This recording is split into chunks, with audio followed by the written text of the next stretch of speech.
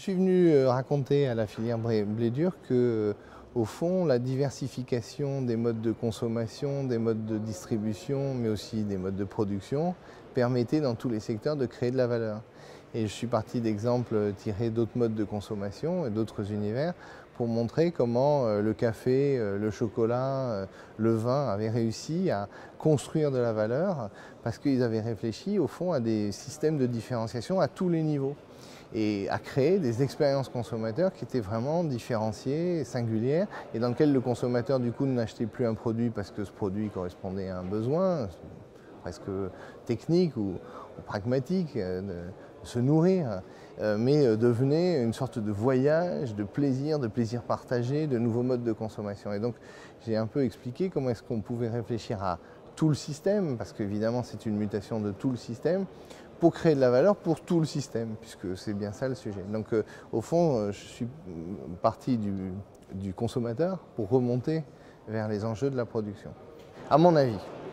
l'univers du blé dur, là où il est difficile, c'est qu'aujourd'hui, on a l'impression que les modes de transformation sont assez simples et qu'ils aboutissent à des produits assez uniformes. Et en réalité, ce que nous enseignent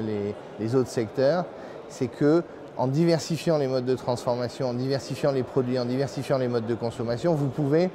du coup créer une expérience consommateur qui est beaucoup plus différenciée et qui a plus de valeur parce que du coup, elle devient un moment de plaisir et un moment gustatif, un moment relationnel qui est totalement différent. Donc en fait, la question de la transformation, c'est qu'il faut penser à la transformation par rapport à la diversification des produits. Si je vous dis que demain, il faut faire des paquets de pâtes plus petits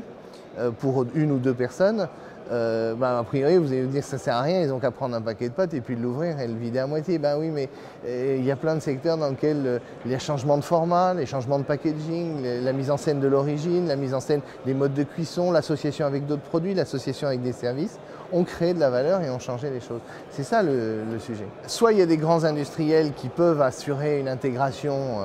depuis le produit jusqu'à la distribution, comme Nestlé l'a fait pour le café, soit vous êtes dans un système dans lequel vous mettez à plusieurs pour réfléchir à une façon de créer quelque chose de radicalement nouveau. Si demain vous avez des restaurateurs, si vous avez des distributeurs